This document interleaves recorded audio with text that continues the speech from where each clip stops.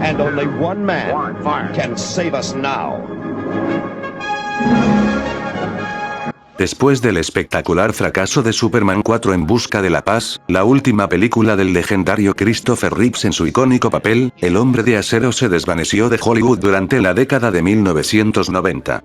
Fue recién a comienzos de los años 2000, que el héroe tuvo su regreso no tan triunfal con la acertadamente nombrada, Superman Regresa, dirigida por Bryan Singer y con Brandon Routh tomando el manto como una nueva versión del kryptoniano. Actuando como una especie de secuela de las películas de Christopher Reeves, Superman debería enfrentarse una vez más contra su archienemigo Lex Luthor, quien en esta ocasión intentaría crear un nuevo continente utilizando cristales kryptonianos. Aunque a la cinta no le fue mal en taquilla, no logró ningún elogio de la crítica ni del público general, siendo considerada una entrega algo decepcionante en la historia cinematográfica del personaje. Sin embargo, algunos fans la han reivindicado con el tiempo, ya que a pesar de que la historia era algo sosa y aburrida, logró representar fielmente el espíritu y tono del Hombre del Mañana. Pero antes de que la versión de Singer obtuviera el visto bueno, Warner barajó múltiples propuestas y guiones para una nueva película de Superman por más de 10 años, de 1987 a 2004 para ser exactos. De estos proyectos, el más conocido es Superman Lives, que iba a ser dirigida por el legendario Tim Burton y protagonizada por Nicolas Cage, al cual ya le dediqué un video de más de 1 hora hace un tiempo. Sin embargo, otra cinta del Hombre de Acero que estuvo a nada de concretarse durante este periodo fue Superman Flyby, cuyo guión fue escrito por el actualmente polémico J.J. Abrams, e iba a ser dirigida por Brett Ratner, director de películas como Una pareja explosiva, o X-Men 3. Este proyecto de Superman es tan extraño, tan loco e introducía cambios tan radicales en la mitología del personaje, que sorprende lo lejos que llegó la preproducción. Krypton siendo un planeta que nunca explota, Superman sabiendo Kung Fu, Lex Luthor siendo un extraterrestre, kryptonianos ninjas, Jimmy Olsen estando como Loquita, esto y mucho más iba a ser Superman Flyby, una de las películas más bizarras de superhéroes jamás hechas. Así que sin más dilaciones, empecemos con este video, que vamos a estar acá un buen rato.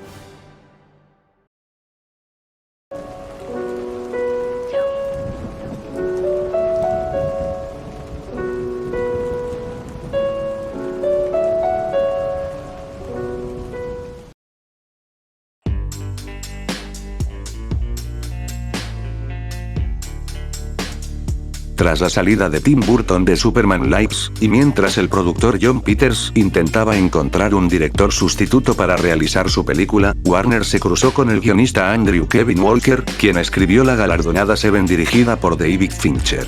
El prolífico escritor propuso realizar una película de Batman contra Superman, recibiendo la aprobación del estudio para que empezara a escribir el guión, ya que daban por muerto al proyecto de Superman Lives. Pero mientras Walker trabajaba en esta película, Warner también contrató en febrero del 2002 a un joven J.J. Abrams para realizar un nuevo guión de una película de Superman. Por aquella época, el hoy entonces reconocido director tenía cierta reputación por su trabajo en programas de televisión como Felicity y Alias, pero todavía estaba lejos de Lost y Misión Imposible 3, proyectos que cambiaron el rumbo de su carrera para siempre.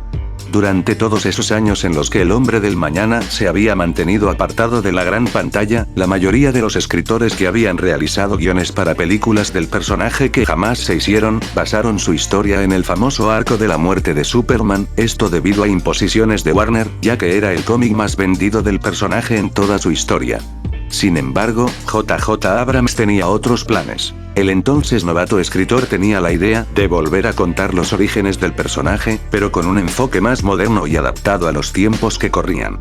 Quizá porque su idea se diferenciaba un poco de las propuestas de otros creativos, Warner decidió que el joven escribiera un primer manuscrito de su idea. En junio del 2002, Walker presentó su guión para su película de Batman contra Superman, recibiendo alabanzas del estudio, quienes empezaron a anunciar el proyecto y decir que su rodaje tendría lugar a principios del 2003 y se estrenaría en verano del 2004. Para desgracia del escritor de Seven, en julio de ese año, J.J. Abrams presentó su guión para una cinta individual del Hombre de Acero, titulado como Superman Flyby, que consiguió convencer a Warner aún más que la propuesta de Walker, decidiendo paralizar indefinidamente el proyecto de Batman contra Superman y optando por adaptar la idea de Abrams. Algún día hablaré del proyecto de Batman contra Superman del 2003, ya que es igual de interesante que este que andamos repasando. La verdadera razón por la cual Warner se decantó por Superman Flyby es porque esta cinta iba a ser la primera película de una trilogía que tenía planeada JJ Abrams, quien ya tenía todo un esquema de la historia y los personajes que iría introduciendo en las posteriores películas. Viendo los ingresos que andaban generando las películas del Señor de los Anillos y Harry Potter, cuyas entregas eran capítulos que conformaban una gran saga, Warner no pudo resistirse a intentar generar el mismo efecto con el superhéroe más icónico de DC. Básicamente, prefirieron invertir en un proyecto que pensaron que les generaría muchísimo dinero a largo plazo.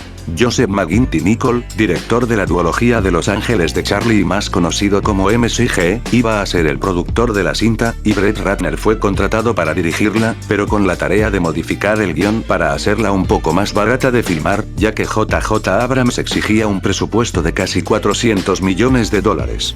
La filmación comenzaría en algún momento a finales del 2003, y con una fecha de estreno para el verano del 2004.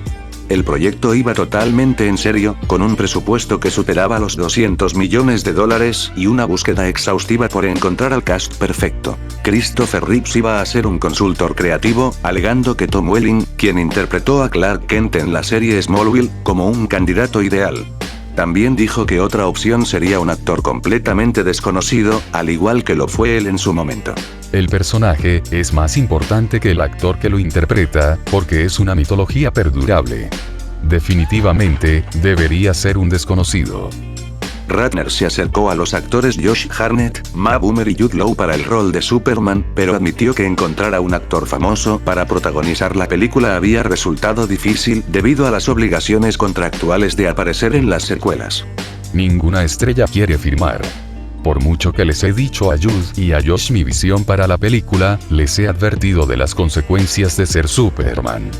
Vivirán este personaje durante 10 años porque voy a contar una historia en 3 películas, y planeo dirigirlas a todas si la primera tiene tanto éxito como todos sospechan. Aunque la opción favorita de Ratner era Matt Bomer, Warner insistió que el elegido fuera Josh Hartnett, quien además realizó una prueba de vestuario. Al actor incluso le ofrecieron $100 millones por un contrato de 3 películas, pero terminó rechazando la oferta al final. Paul Walker se le ofreció el papel, pero lo rechazó, ya que se sintió ridículo cuando se probó el traje del héroe en una audición, decidiendo no protagonizar ese tipo de papeles. Ashton Kutcher y David Boreanaz también hicieron una prueba de vestuario, pero decidieron no aceptar el papel debido a conflictos de agenda con los programas de televisión que estaban protagonizando en ese entonces, que eran el Show de los 70s y Ángel respectivamente. Otros actores famosos que audicionaron o tuvieron reuniones con Brett Ratner fueron Victor Webster, que hizo una prueba de vestuario tanto de Clark Kent como de Superman, James Marsden, Jerry O'Connell, Hayden Christensen y más ni nada menos que Brendan Fraser. En una entrevista con Yahoo Entertainment, Fraser recordó esta audición, explicando lo poderoso que te hace sentir tener puesto el traje del héroe, alegando que la capa te hacía pensar que tenías el poder de volar realmente. El carismático actor también afirmó lo mucho que disfrutó leyendo el guión. El guión se imprimió en papel carmesí con tinta negra, por lo que no se podía fotocopiar. Me permitieron sentarme en una oficina y leerlo durante 1 hora. Era genial, bastante bueno. Era como Shakespeare en el espacio, una colisión de mundos realmente genial. El ganador del Oscar dijo que la razón por la cual al final terminó rechazando el protagónico fue por su miedo a quedar encasillado en el papel, privándolo de interpretar a la diversidad de personajes que ha hecho a lo largo de su carrera. Aún así, Brendan Fraser ha admitido que sigue algo decepcionado de haber perdido la oportunidad de interpretar al Hombre de Acero. Finalmente, Brett Ratner abandonó el proyecto en marzo del 2003, debido a las dificultades del casting y los violentos desacuerdos con Jon Peters, que los que habrán visto mi video hablando de Superman Lives, sabrán que es un tipo con el cual es muy difícil de tratar. Entonces, MCG decidió reemplazar a Ratner y asumió las labores tanto de productor como de director. MCG reanudó el proceso de casting, escuchando los consejos de Christopher Reeves de elegir a un actor desconocido para el rol de Superman. El director filmó imágenes de pruebas con varios candidatos, incluidos Jason Berr, Michael Cassidy, y, como si fuera algo maquinado por el destino, Brandon Routh y un jovencísimo Henry Cavill. Estos últimos dos actores deslumbraron a todos los involucrados en el proyecto con sus audiciones, pero en última instancia, MCG decidió darle finalmente el papel de Superman a Henry Cavill. Y aunque el proyecto no prosperó, estos dos últimos actores terminaron encarnando al Guardián de Metrópolis en los posteriores años, convirtiéndose en dos encarnaciones muy queridas por los fans. El resto del casting lo iré revelando, como ya es costumbre en este canal, mientras vaya narrando el guión de la cinta. ESC Entertainment fue contratada para el trabajo de efectos visuales, con Kim Libreri como supervisor de estos. Stan Winston, diseñador que estuvo involucrado en películas míticas como Aliens, Depredador y Terminator 2, fue el encargado de diseñar los trajes de Superman y Taysor, el principal antagonista de la cinta. Como una película como Superman Flyby llegó tan lejos en la postproducción y nunca se materializó. Por supuesto, todo se resume en cuestiones económicas. Un augurio de lo que se vendría, fue la filtración del guión de la película en internet, causando un gran revuelo entre los fanáticos debido a los cambios tan radicales a la mitología del Hombre de Acero. Esto llegó tan lejos, que se logró hacer una campaña de firmas, donde estuvieron involucrados varios artistas del mundo del cómic. Esto generó tanto revuelo, que Warner tuvo que anunciar que reescribirían el guión. Entonces JJ Abrams quitó los elementos de la historia que más escandalizaron al público, escribiendo un segundo borrador con una historia de Superman un poco más convencional. Sin embargo, el borrador de JJ Abrams era demasiado caro para ser llevado a cabo, al menos en esos tiempos. Por lo tanto, MCG le encargó a Josh Schwartz que reescribiera el guión para hacerlo más barato de adaptar. Sin embargo, por más que este segundo borrador atenuó considerablemente muchas de las ideas más caras de realizar, aún así seguía sin ser barato. Eso sumado a que Warner había estado gastando millones de dólares en varios proyectos de Superman que nunca se realizaron por más de 10 años, hacía que la compañía no quisiera invertir más de lo necesario. Finalmente MCG también se bajó de la silla de director debido a las preocupaciones presupuestarias y los lugares de rodaje. El director quería rodar en Nueva York y Canadá, lo que habría costado 25 millones de dólares más que en Sydney, Australia, el lugar preferido de Warner para filmar. Warner insistió en que la película se rodara en el continente oceánico, pero MCG sintió que era inapropiado tratar de capturar la esencia de Metrópolis, una ciudad tan estadounidense, en un lugar demasiado apartado del país. Más tarde, admitió que en realidad no quería grabar en Australia por su miedo a volar. Seguramente se vio La Sociedad de las Nieves, así que no lo culpo. Pásame otra pierna de copiloto. La película se paralizó mientras Warner trataba de encontrar un sustituto para MCG. JJ Abrams presionó a Warner para tener la oportunidad de dirigir su guión, pero lamentablemente para el joven cineasta, la compañía ya había decidido desechar el proyecto de Superman Flyby, recurriendo a Bryan Singer, que gozaba de un gran prestigio gracias a su trabajo en las primeras dos entregas de X-Men, para que pudiera sacar adelante de una vez por todas una película del último hijo de Krypton tras más de una década de intentos fallidos. Todo esto resultó en Superman Regresa, y como dicen, el resto es historia. Pero qué tan controvertido era el guión de esta cinta para que Warner lo tuviera en cuenta como una de las razones para cancelar el proyecto tras la reacción del público. Bueno, tras esta larga pero necesaria introducción, pasemos a repasar los borradores de Superman Flyby, y descubramos qué ideas locas tenía planeadas el bueno de JJ Abrams.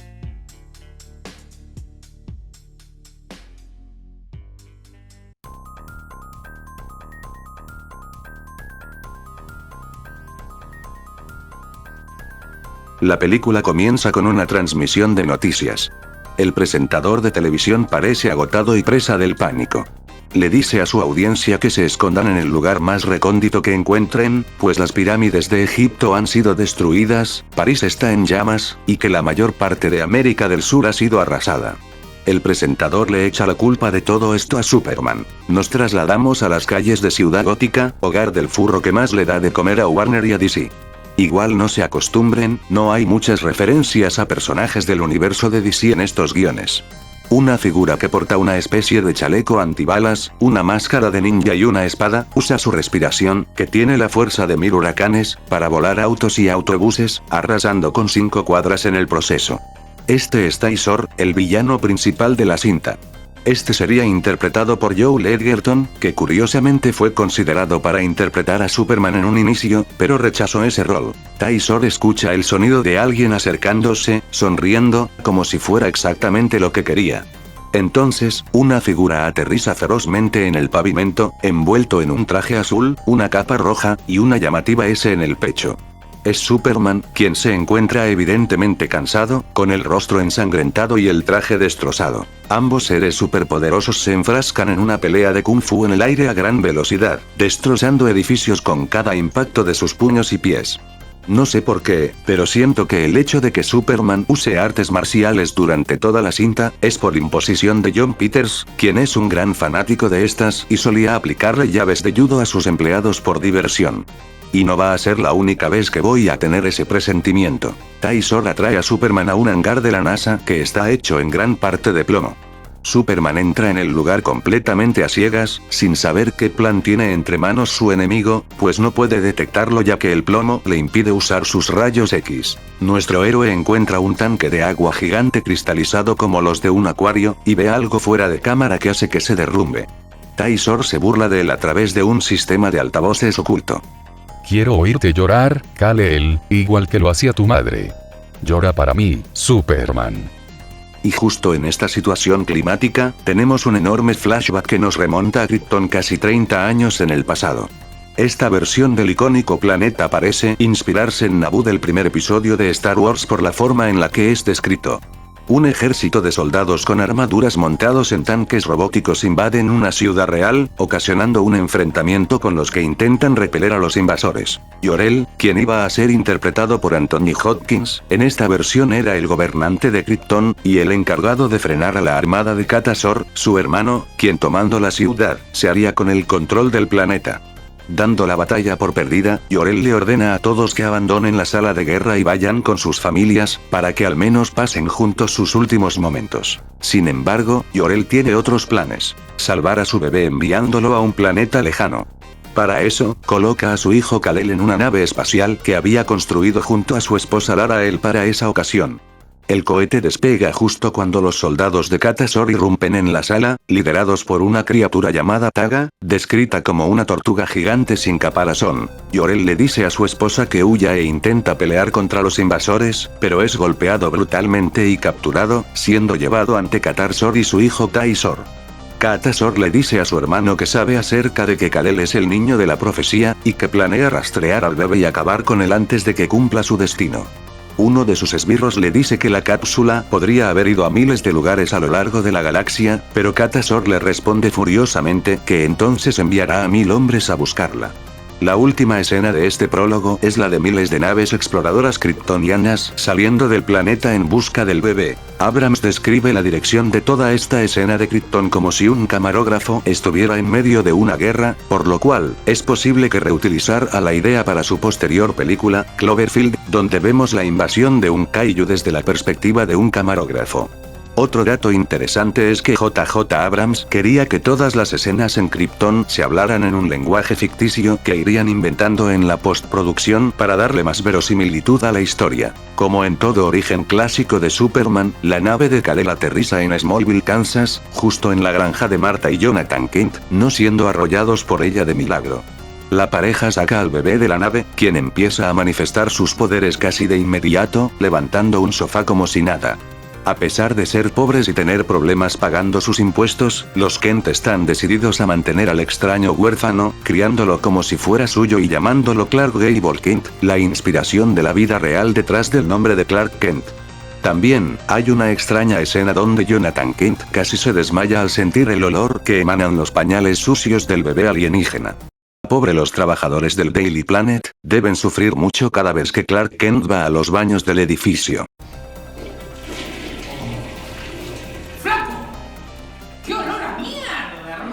En una ocasión, el casero de los Kent, completamente borracho, trata de abusar de Martha, por lo cual, un Clark Kent de 6 años defiende a su madre y golpea brutalmente al hombre, dejándolo al borde de la muerte. El tipo sale corriendo presa del pánico, llamando al niño el diablo en persona. Estas palabras se quedan profundamente grabadas en la mente del muchachito. Tras este incidente, los Kent tratan de enseñarle al niño a contener sus poderes por encima de todo. Lo asustan tanto con el daño que puede causar con sus poderes, que el niño crece con el miedo de hacer cualquier cosa, convirtiéndose en alguien introvertido y con una profunda fobia social. Básicamente, hicieron lo mismo que el Jonathan Kent de Man of Steel, pero elevado a la enésima potencia. Clark crece sintiéndose un forastero, siendo capaz de escuchar lo que dicen sus compañeros de clase sobre él a kilómetros de distancia. Por ejemplo, Lana Lang, la primera novia del héroe en su mitología clásica, se burla de él con sus amigas, llamándolo sin tapujos, el chico más raro de la clase. Cuando el joven empieza a manifestar sus poderes de visión de rayos X, empieza a usar unos anteojos con motas de plomo para así poder controlarla, dando origen a sus característicos lentes. Una noche cuando tiene 14 años, mientras usa su visión de rayos X, para buscar los regalos de Navidad escondidos, el chico encuentra un recipiente de plata escondido en el armario de sus padres.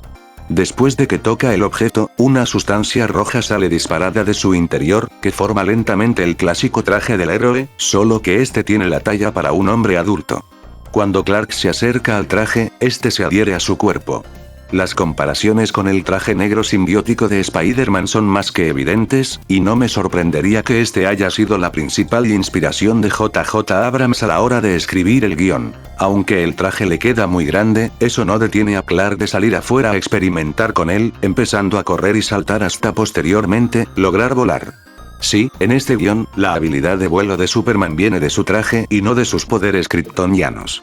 Al ser la primera vez que vuela, el chico pierde el control en medio del aire y aterriza de cabeza en el tractor de sus padres justo cuando estos volvían al hogar. ¡No, la puta madre, me hago superconcha! Esto, por supuesto, lleva a que los Kent le revelen sus verdaderos orígenes a Clark, quien se entera de que no es su hijo biológico y viene de otro planeta. Tras escuchar esto, el chico se quita el traje y sale corriendo en un estado de confusión y rabia. Mira hacia las estrellas, preguntándose de dónde viene. Mientras tanto en Krypton, tras años de intensa persecución, Lara es finalmente capturada por el hombre tortuga Taga, y llevada ante su sobrino Taisor, quien la tortura para que le revele a dónde fue enviado su hijo, pero ésta se niega a hablar a pesar del dolor. Entonces, Katasor le ordena a su hijo que mate a su tía frente a los ojos de Jor-El en un intento de quebrarlo mentalmente y que éste finalmente confiese el paradero de Kal-El, pero el hombre sigue firme a sus convicciones y se queda en silencio. Volvemos nuevamente con Clark, quien ya tiene 20 años, y es un estudiante universitario con especialización no declarada, vagando por la institución sin saber bien a qué se quiere dedicar el resto de su vida. Es presionado por Jerry Juster, su compañero de cuarto y un claro homenaje a los creadores de Superman, para ir a una fiesta de la fraternidad en las semanas previas a su graduación, donde conoce a Lois Lane, la chica más hermosa que jamás haya visto. Las actrices consideradas para interpretar a nuestra querida periodista eran Flynn Boyle, Selma Blair, Amy Adams, quien años más tarde sí terminaría para el rol en Man of Steel, Kerry Russell, quien hizo una lectura de guión junto a Ashton Kutcher, y Scarlett Johansson, quien supuestamente fue la que se quedó con el papel en última instancia. Volviendo con la historia, Lois le cuenta a Clark que está de visita en la universidad con una amiga, y al igual que él, se siente incómoda y arrepentida de haber asistido al evento. Hay cierta química entre ambos, y se nota que el fuerte de JJ Abrams es escribir este tipo de relaciones. Tras un rato de estar conversando, Lois le revela a su nuevo amigo que está decidida a convertirse en una periodista del Daily Planet. Lois es abordada insistentemente por un chico de la fraternidad borracho. Clark se queda congelado, aterrorizado por no saber si intervenir tras años de aislamiento y ansiedad por sus poderes. Sin embargo, Lois usa Krav Maga para defenderse, dejando a su acosador en el suelo. Tras esto, Lois se retira del lugar, dejando a Clark locamente enamorado e inspirándolo para ingresar en el mundo del periodismo profesional. El guión hace un salto temporal de 7 años, donde conocemos al personaje que más cambios sufrió y que más controversias generó. El Dr. Lex Luthor, agente especial de la CIA, quien es descrito como un hombre de 50 años con el pelo muy corto. Para este rol, se tenía en mente a varios actores prolíficos de la época, entre los que se encuentran Ralph Fiennes, Charlie Sheen, Rob Lowe, Johnny Depp, y Robert Downey Jr., quien fue el que terminó quedándose con el papel. Luthor en esta versión sería el director de la División de Operaciones Especiales de la CIA, encargándose de buscar actividad ovni para verificarla o desacreditarla. Es llevado a Dust City, Arizona por un supuesto incidente alienígena. Sin embargo, el lugar resulta ser un engaño creado por los niños de la zona.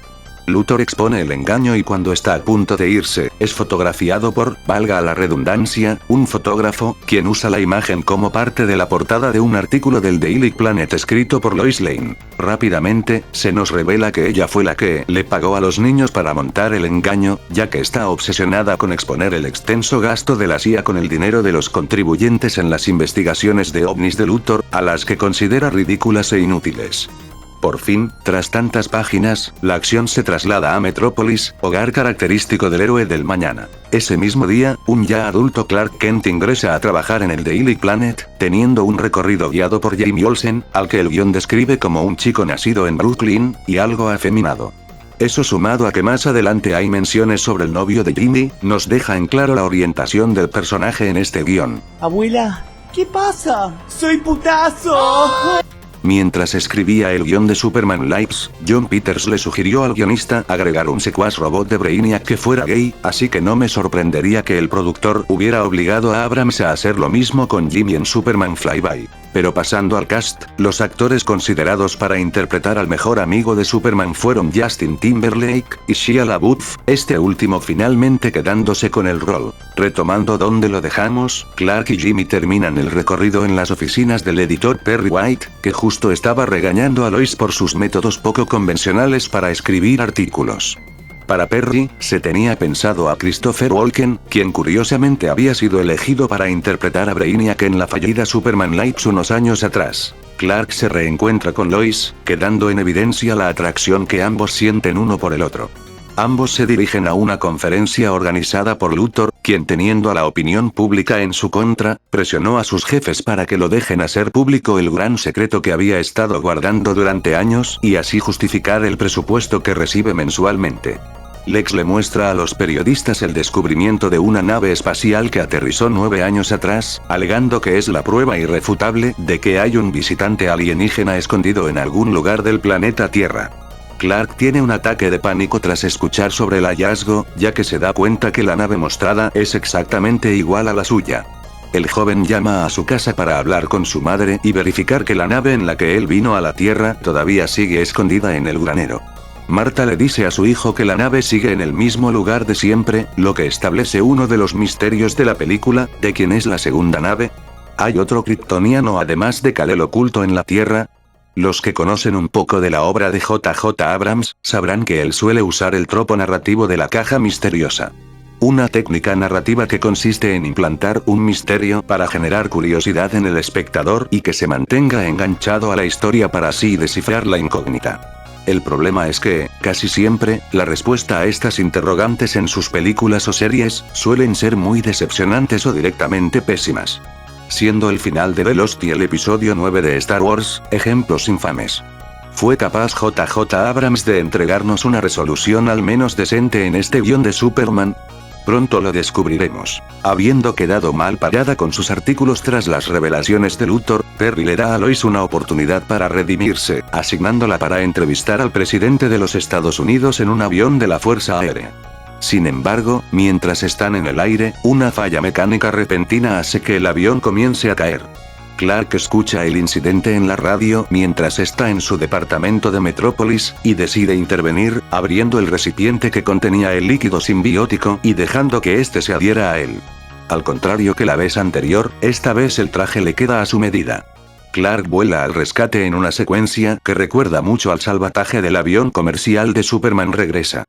J.J. Abrams hace todo bien en esta escena, haciendo que el debut de Superman frente al mundo sea una de las mejores partes del guión. Una vez que el avión y sus pasajeros están a salvo en tierra, y mientras todo el mundo alucina por el hombre volador, el presidente intenta agradecerle a Clark por salvarle la vida, quien está preocupado porque alguien pueda reconocerlo, en especial Lois. Sin embargo, por alguna razón, nadie lo hace. Lex Luthor ve todo esto en la televisión, sabiendo que el visitante de otro mundo finalmente se ha revelado. De vuelta en el Daily Planet, Lois nombra al heroico hombre volador como Superman, debido a la gigantesca S en su pecho.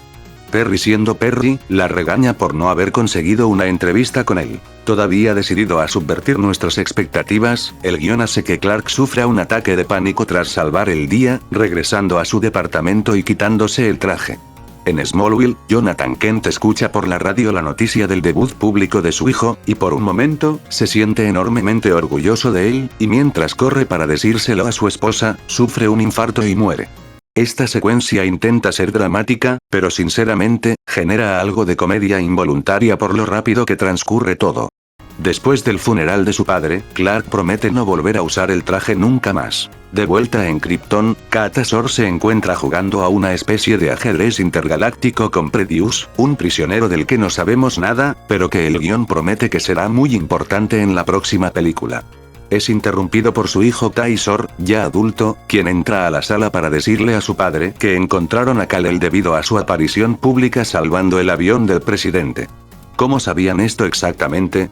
¿Tenían drones de vigilancia en la Tierra? Nunca se explica. Katasor entonces envía a Taisor y otros 3 kryptonianos descritos con habilidades ninja, para invadir la Tierra.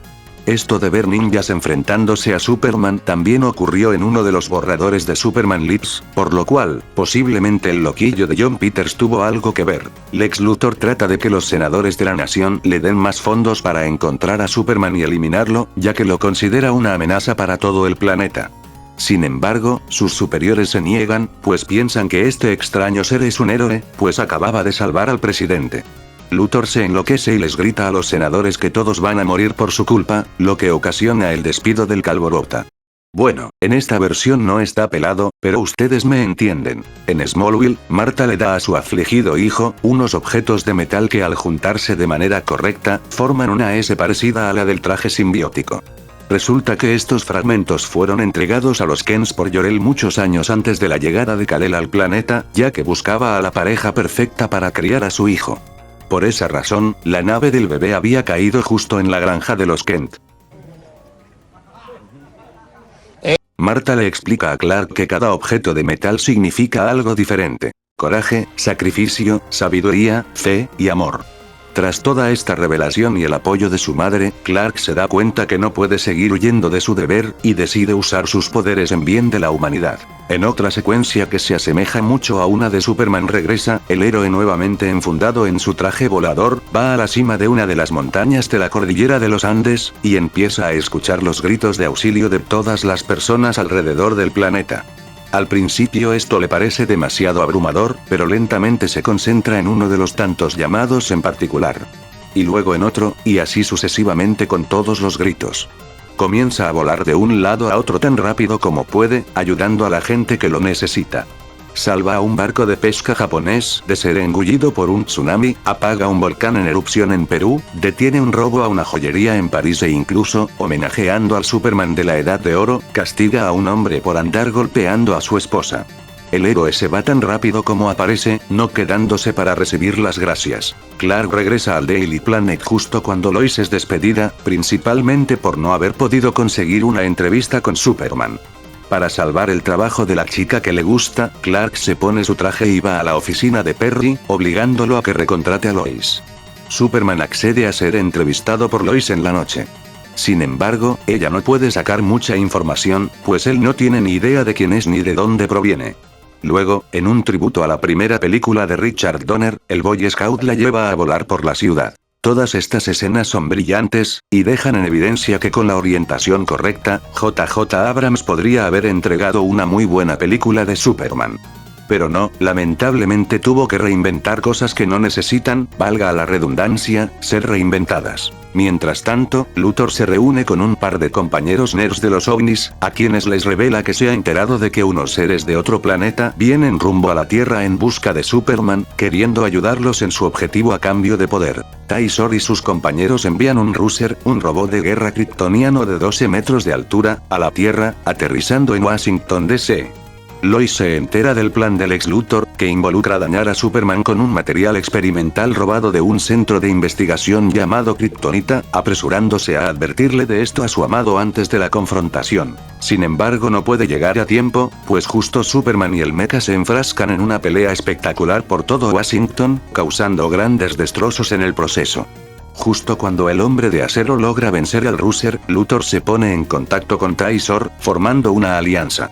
La victoria de Superman dura poco, pues ve como la gente ahora le teme debido a que su lucha arrasó con media ciudad, culpando al alienígena de la llegada del ser mecánico al planeta. Justo cuando Lois y Jimmy van a confrontar a Luthor, Taisor y sus compañeros ninjas aparecen, tomando de rehenes a ambos terrícolas.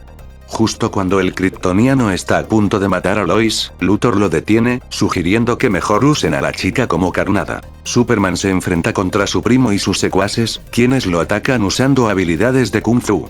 La batalla de estos superseres se extiende a distintas partes del mundo como Egipto, París, el Océano Atlántico, Cabo Cañaveral y Ciudad Gótica. Entonces, el círculo se cierra, y volvemos a la escena inicial con Superman en el hangar de la NASA, revelándonos qué era lo que había en el tanque de agua que lo aterrorizó tanto. Lois Lane ahogándose en el interior, amarrada al suelo junto a un trozo gigante de kriptonita. Taisor obliga a su primo a decidir. Salva a Lois pero muere en el intento, ya que la radiación de la kriptonita lo matará, o abandona a su amada y vive. Entonces, Clark hace lo que haría Superman, entra en el tanque y desata a Lois, pero muere momentos después de sacarla a la superficie en sus brazos.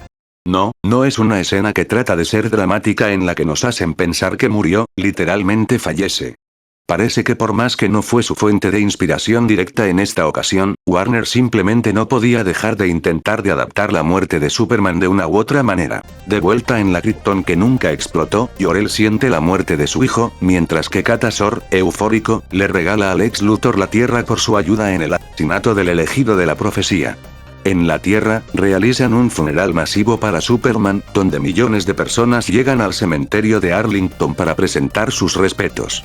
Esta escena podría llegar a ser mínimamente emotiva si dentro de la historia la primera aparición de Superman no hubiese ocurrido hace apenas una semana, y hace un par de páginas media población lo odiaba y lo quería ver precisamente, muerto. Como sea, justo cuando Katasor le va a contar la noticia a Jor-El sobre la muerte de su primogénito, este decide irse de este mundo bajo su propia voluntad, clavándose una daga en el estómago. Kal-El se encuentra por fin con su padre biológico en un lugar blanco y brumoso que deberíamos suponer que es el cielo, o una especie de purgatorio.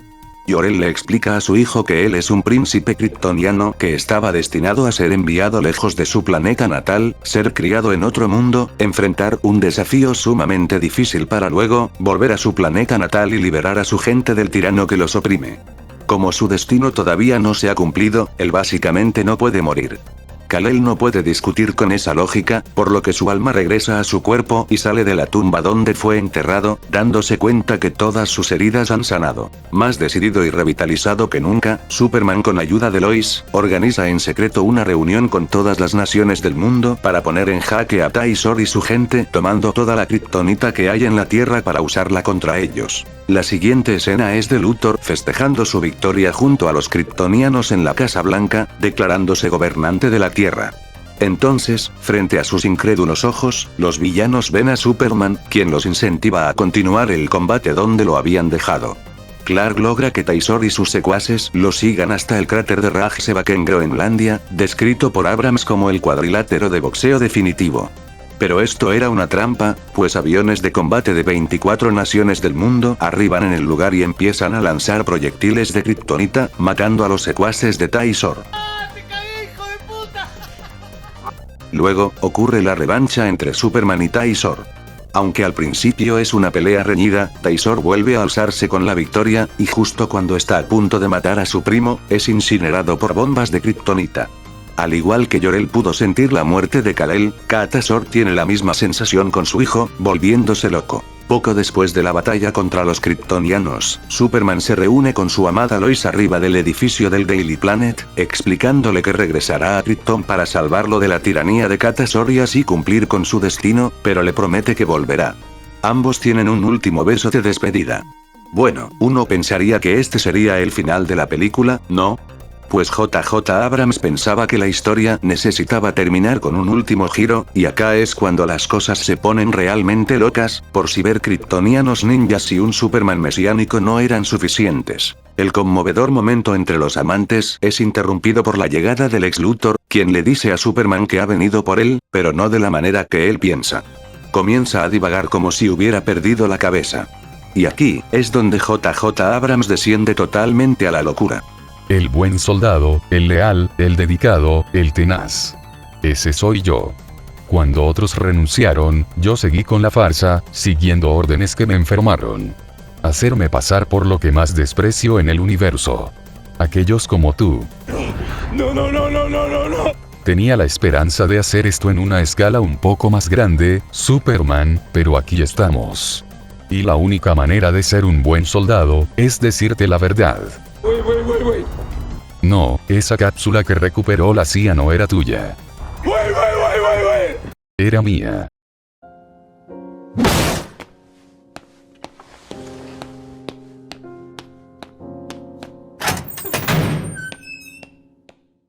Sí, Lex Luthor todo este tiempo fue un agente kryptoniano encubierto, quien aterrizó en la Tierra 9 años atrás y se hizo pasar por un humano para buscar a Kal-El y apoderarse de la Tierra. Solo terminemos de narrar este guión de una buena vez. Lex Luthor comienza a volar, y reta a Superman a una última pelea. Y como si más de 30 páginas de peleas de Kung Fu en el aire no fueron suficientes, ahora tenemos otra más, donde Lex Luthor supera ampliamente a nuestro héroe y le está dando una verdadera paliza. Lois salva a Clark exponiendo a Luthor a la kriptonita, pero cayendo del rascacielos en el proceso. Sin embargo, como toda película del hombre del mañana, este logra salvar a la intrépida periodista en plena caída. Luthor, sumamente debilitado, es arrestado por las autoridades. Finalmente, Jimmy Olsen lee una carta de Clark, en la que explica que regresará a Kansas por un tiempo para ayudar a su madre luego de la muerte de Jonathan. El hecho de que tanto Superman como Clark se ausenten al mismo tiempo, hace que Lois descubra la verdadera identidad de su amado. En la granja, Clark saca su nave kryptoniana y se despide de su madre. La última escena es de Martha Kent saludando a su hijo mientras la nave despega y desaparece del planeta.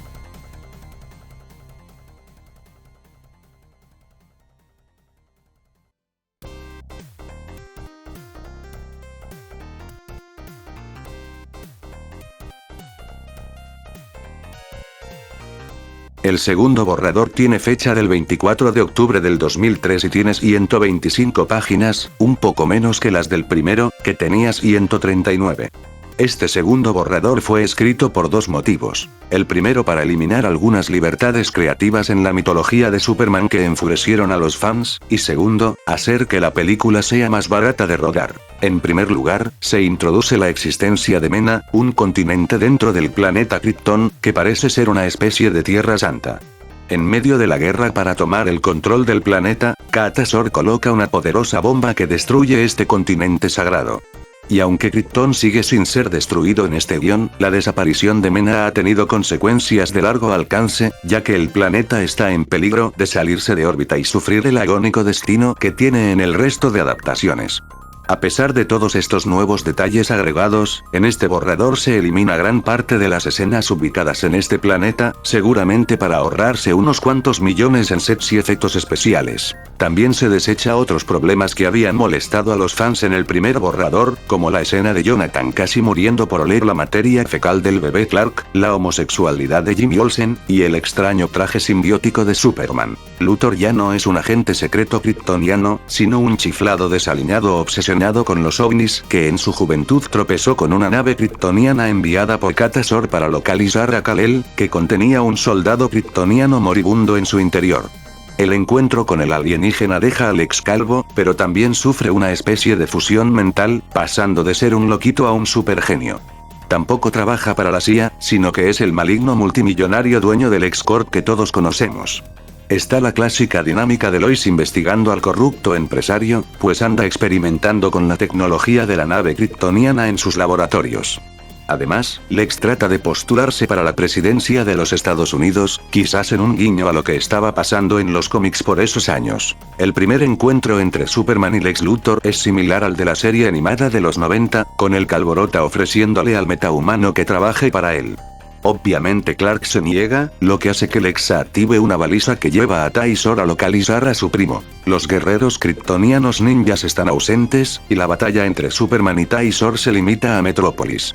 Además, se eliminan los movimientos de Kung Fu en las coreografías de las peleas, asemejándose más a lo mostrado por Zack Snyder en Man of Steel. El clímax es bastante diferente en este segundo borrador. Si bien, Superman en esta versión también muere y renace, solo que esta vez es por ser atravesado por un fragmento de kriptonita, esto ocurre en cuestión de minutos, quitando todo ese melodrama forzado de su funeral y las reacciones de los distintos personajes a su fallecimiento. Taisor anuncia a los habitantes de la Tierra sobre la muerte de Superman y que la Tierra será destruida, como castigo por resguardar a su primo tantos años, con una bomba, destruyendo a los aviones militares que intentan intervenir. Cuando Superman vuelve a la vida, Taisor se enfrenta a su primo montado en el robot Russer. Después de una larga batalla, Kal-El destruye el mecha, lo que obliga a Taisor a luchar mano a mano contra su primo, recibiendo la paliza de su vida. Aprovechando la vulnerabilidad de su primo hacia los humanos, Taisor intenta matar a civiles, incluidos Jimmy y Lois, para distraerlo, pero Superman lo lanza hacia los cielos de Metrópolis para evitar más daños colaterales y detona de forma segura la bomba. Ahora derrotado en el techo del Museo de Metrópolis, Superman le ofrece misericordia a Taisor, pero este la rechaza e intenta matarlo con su espada kryptoniana. Sin embargo, nuestro héroe evita el ataque de su primo y lo lanza hacia el tragaluz del edificio, rompiéndolo y cayendo en un pedazo de kriptonita almacenado allí, hiriéndose fatalmente. Lexa aparece en escena y reprende a Taisor por su fracaso, quien antes de morir, le transfiere sus poderes kryptonianos con solo tocarlo, dejando a entrever que se enfrentará de igual a igual con el Hombre de Acero en la secuela. De resto, la trama es casi igual, con Clark marchándose de la Tierra al final para salvar a su planeta.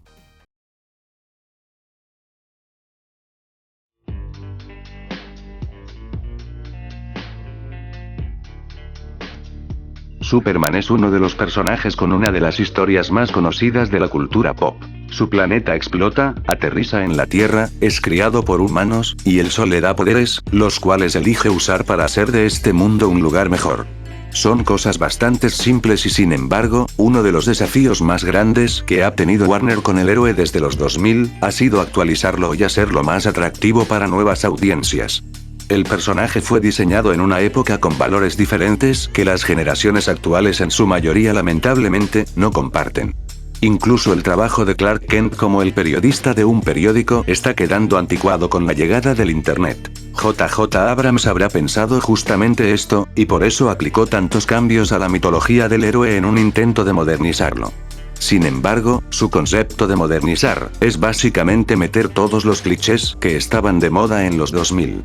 Transformar a los kryptonianos en maestros de artes marciales fue un intento de imitar a Matrix. Todos los elementos de Krypton y el espacio fueron influenciados en las precuelas de Star Wars. Superman, siendo un tipo solitario que se siente alienado por sus poderes, recuerda mucho a las primeras películas de los X-Men, y como ya mencioné al principio del video, el hecho de que esta nueva saga estaba planeada para ser una trilogía, fue para copiar el modelo de negocios tan exitoso que estaban teniendo franquicias como El Señor de los Anillos. Y eso que ni siquiera empezamos a hablar de los nuevos elementos que Abrams introdujo en la historia. Si bien la idea de Krypton no explotando o el traje simbiótico de Superman pueden ser interesantes, cosas como el héroe siendo el elegido de una profecía es simplemente demasiado. La caracterización de Superman es curiosa. Por un lado, tiene buenos momentos, como cuando se pone a salvar a la gente de distintas zonas del mundo, pero después ves cómo amenaza a Perry para que le devuelva su trabajo a Lois, o que no tiene reparos en matar a sus enemigos, y no sabes qué pensar de él. Eso sin nombrar a todo lo relacionado a Clark Kent y su arco de desarrollo. Pero primero escuchemos lo que, según palabras del propio Abrams, quiso hacer con su versión del personaje. La idea era que estos padres tenían que comenzar de inmediato a enseñarle a este niño a limitarse a sí mismo y a no ser tan rápido, no ser tan fuerte, y no ser tan poderoso. El resultado de eso, psicológicamente, era el miedo a uno mismo, la duda y la vergüenza de lo que era capaz de hacer. Extrapolar eso a la edad adulta se convirtió en un fascinante perfil psicológico de alguien que no pretendía ser Clark Kent, sino que era Clark Kent, quien se había convertido en ese tipo de personaje que no puede o no quiere aceptar quién es y cuál era su destino. La idea de la película era que se convirtió en Superman porque se dio cuenta de que finalmente tenía que ser dueño de su fuerza y de lo que siempre había sido. Entiendo que JJ Abrams quiso enfocarse en el lado más humano del hombre de acero y no mostrarlo como un ser de luz, sino alguien con miedo y dudas, hasta convertirse en el héroe que todos conocemos, pero su Clark Kent es tan alienado y con tan poca confianza en sí mismo, que se vuelve rápidamente molesto, dando vueltas en círculos la mayor parte de la película sobre ser o no un héroe.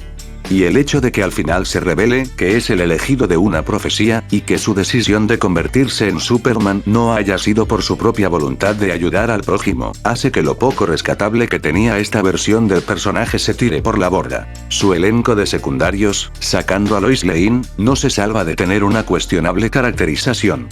Terry es realmente desagradable, y parece más un JJ Jameson que el gruñón pero honrado editor que es, y ni hablemos de Jimmy. Es realmente gracioso que la única forma que a JJ se le ocurrió modernizar al mejor amigo de Superman, era volverlo gay, y hacer varias bromas desdeñosas a costa de su sexualidad. Pero Oreja, vos también bromeaste con eso. Sí, pero yo lo hice con gracia. Y en el segundo borrador, realmente se nota que JJ Abrams no tenía interés en agregarle otra característica que resaltara a Jimmy, pues al quitar su polémica orientación sexual, pasa a ser un personaje plano y con el carisma de una piedra. Esta versión de Jonathan Kent hace parecer a la de Kevin Costner como el padre del año, pues tiene todas las características que se criticaron de esa versión, pero elevadas a la enésima potencia. Reprime al exceso a su hijo sobre el uso de sus poderes y no le enseña valor moral alguno, haciendo que la decisión de Clark de hacer el bien se sienta poco natural hasta cierto punto. Aunque bueno, la escena de su muerte no es tan tonta como la de Man of Steel, pero sí algo tragicómica por cómo está descrita. Y ahora, hablemos del elefante en la habitación, Lex Luthor.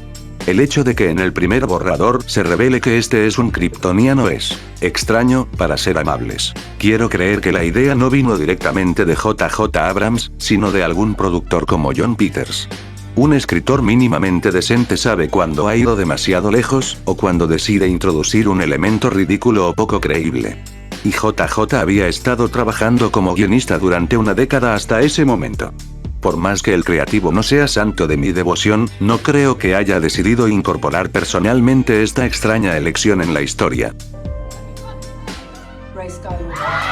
Retiro lo dicho. Una parte clave del personaje del Lex Luthor, y por la cual es uno de mis villanos favoritos de DC, es que a pesar de ser el némesis número uno del héroe más poderoso de la Tierra, no es más que un simple mortal que utiliza su gran inteligencia y sus recursos empresariales para atacar. Es todo lo opuesto a Superman en prácticamente todo sentido. Que Lex sea un kryptoniano no solo le quita esa dualidad tan interesante que tiene con el protagonista, sino que le arrebata su motivación para odiar a Superman, ya que generalmente, el corrupto empresario actúa de esa manera con el héroe justamente por venir de otro planeta y porque teme el día que se rebele contra la humanidad. Y este cambio es realmente lamentable, porque este Lex Luthor es un personaje muy carismático, y te podés imaginar al buen Robert Downey Jr. luciéndose con el papel. Además, que en esta versión sea el director de una subdivisión de la CIA a lo Expedientes X, aunque radical, encaja con el personaje y su odio hacia los extraterrestres. Pero todo esto se arruina con la estúpida e innecesaria revelación del final. O eso es al menos en el primer borrador. En el segundo, pasa a ser una versión más reconocible del personaje, y realmente hay una mejora en todo aspecto en su caracterización, siendo lo mejor de este segundo guión. Sin embargo, que absorbiera los poderes de Tysor y se convirtiera en un metahumano al final de la cinta, se sigue sintiendo algo extraño, aunque hubiera preferido eso a que fuera un agente encubierto kryptoniano. Irónicamente, a pesar de toda esta reescritura radical de Superman y su mitología, quizás por imposición del estudio o por decisión propia, los guiones de Abrams parecen un tira y afloja entre los nuevos y antiguos elementos del personaje. Los borradores parecen más centrados en incluir a su manera todos los clichés que tiene que tener una historia del Guardián de Metrópolis, pero condimentado con las nuevas adiciones de Abrams.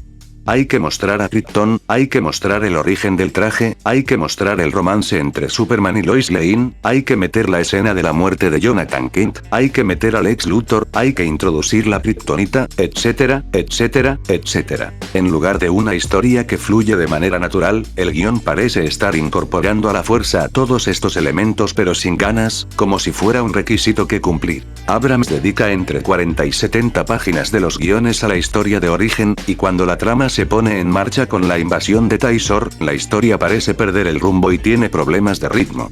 En cuestión de 30 páginas, Superman hace su primera aparición pública, se convierte en el ídolo de millones, pierde la confianza de la gente gracias a las acciones de Taisor, muere, vuelve a ser querido, y resucita para salvar el día. Bueno, hermano, paremos un poquito la moto. Paremos un poquito la moto. Me quiero detener un momento en la falsa muerte de Superman. JJ Abrams parecía decidido a meter con calzador una secuencia que intenta ser emotiva, pero termina resultando larga y sin sentido.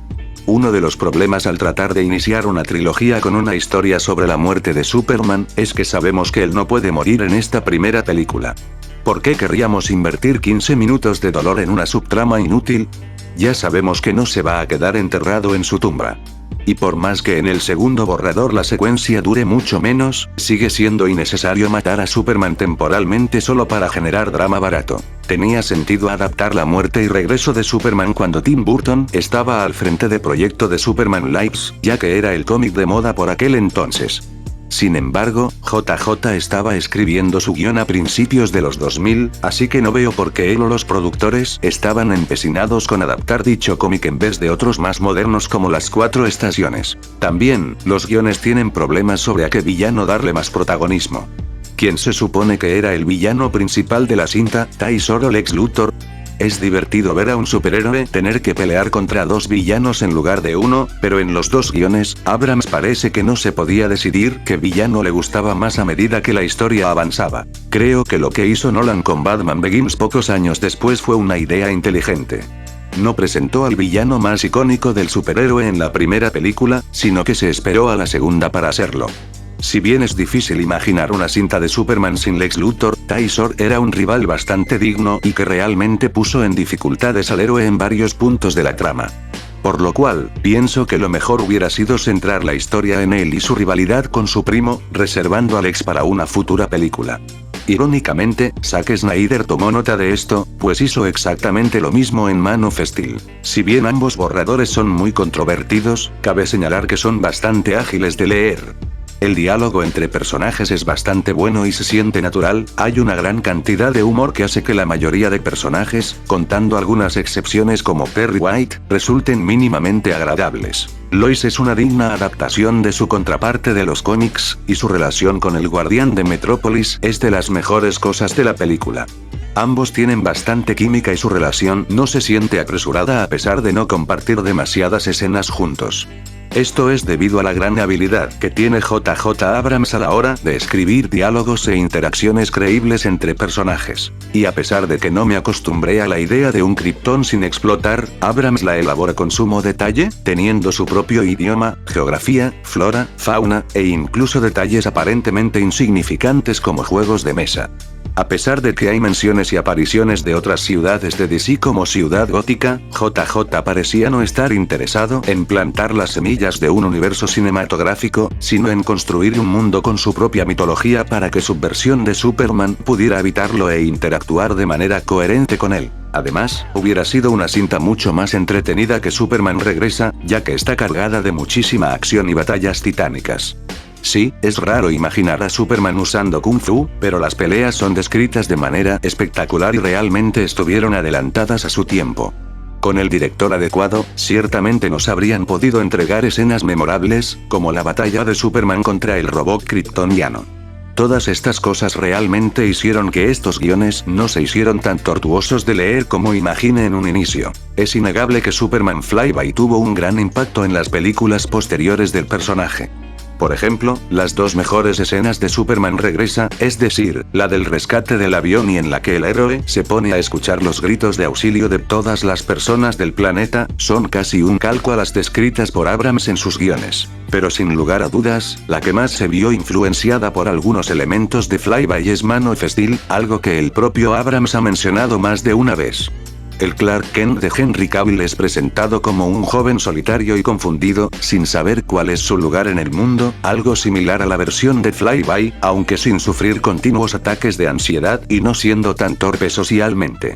Ambas versiones tienen estos traumas por el miedo que les inculcaron sus progenitores sobre no dejar a relucir sus poderes, aunque con resultados no tan graves en el caso del Clark de Man of Steel. Otra de las influencias más directas es la importancia de Krypton en Man of Steel y su particular estética.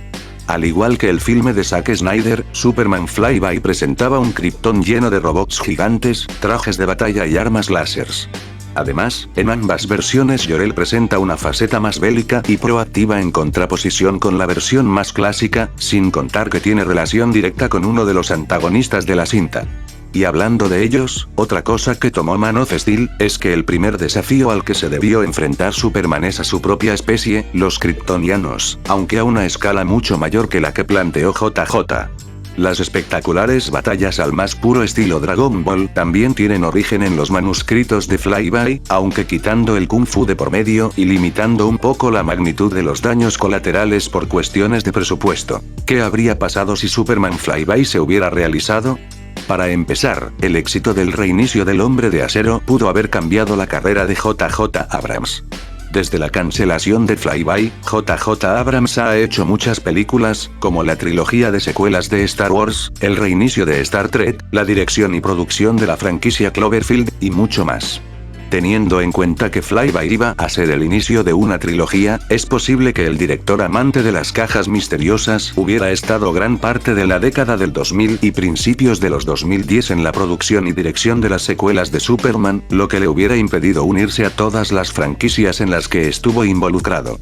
El éxito de Superman Flyby, aunque suene raro, pudo haber cambiado por completo el rumbo de sagas tan icónicas como la de Star Trek, Misión Imposible y Star Wars. Y creo que más de uno, le habría gustado sacrificar al Hombre de Acero con tal de que JJ no se acercara a alguna de estas franquicias. Sin embargo, esto no es nada comparado a cómo habría afectado Flyby al futuro universo extendido de DC. Warner estaba trabajando en múltiples proyectos de DC en ese momento, como la trilogía del Caballero Oscuro de Christopher Nolan. No es descabellado pensar que Superman Flyby y Batman Begins pudieron haber sido parte de un universo compartido, más aún teniendo en cuenta la aparición de Ciudad Gótica en la película de Abrams. Incluso, la cancelada película de Justice League Mortal de George Miller, a la que también le dediqué un video hace tiempo, pudo haber formado parte de este universo compartido, pues empezó su producción unos pocos años después. Si Superman Flyby tenía éxito, también significa que Robert Downey Jr. iba a estar demasiado ocupado con las secuelas de la saga del Hombre de Acero para poder interpretar a Tony Stark alias Iron Man, su papel más icónico. Por lo cual, quizás el universo cinematográfico de Marvel no hubiera existido, o no habría sido tan exitoso. Por lo cual, quizás DC pudo haber dominado la taquilla del cine de superhéroes al no tener una competencia tan fuerte.